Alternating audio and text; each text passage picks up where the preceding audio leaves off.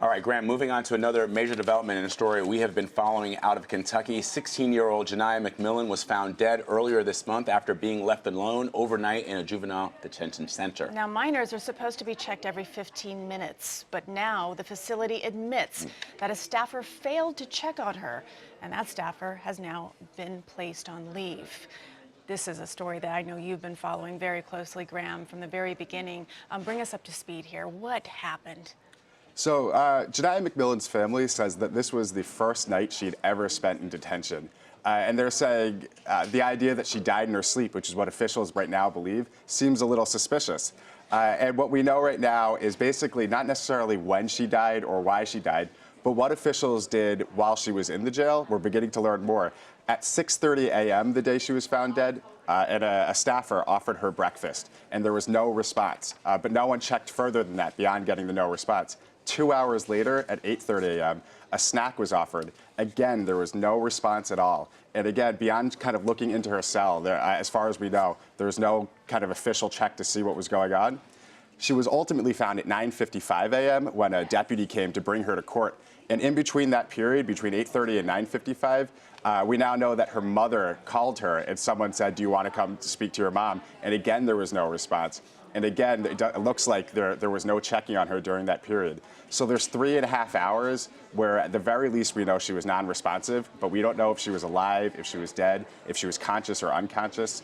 And experts are telling me that that's just kind of not how things are supposed to work. But the family can say that they don't understand why she died, but there's got to be an autopsy. Are they releasing those? So there's been this preliminary autopsy that said there hasn't been bruising and there's no kind of immediate thing to point at that says this is why she died. There's this longer autopsy that involves toxicology, all this stuff, and that was supposed to take a really long time. Last week, the Kentucky Justice Cabinet Secretary asked for that to be expedited. He also asked for a state police investigation to be expedited, and he did his own, he commissioned his own internal investigation into what's happening at the detention center, and we think that's probably what led to this the suspension of the one staffer who wasn't checking her every 15 minutes. There's also a camera in her cell because when you're isolated in juvenile detention, you have to have a camera, and that video has been turned over to investigators.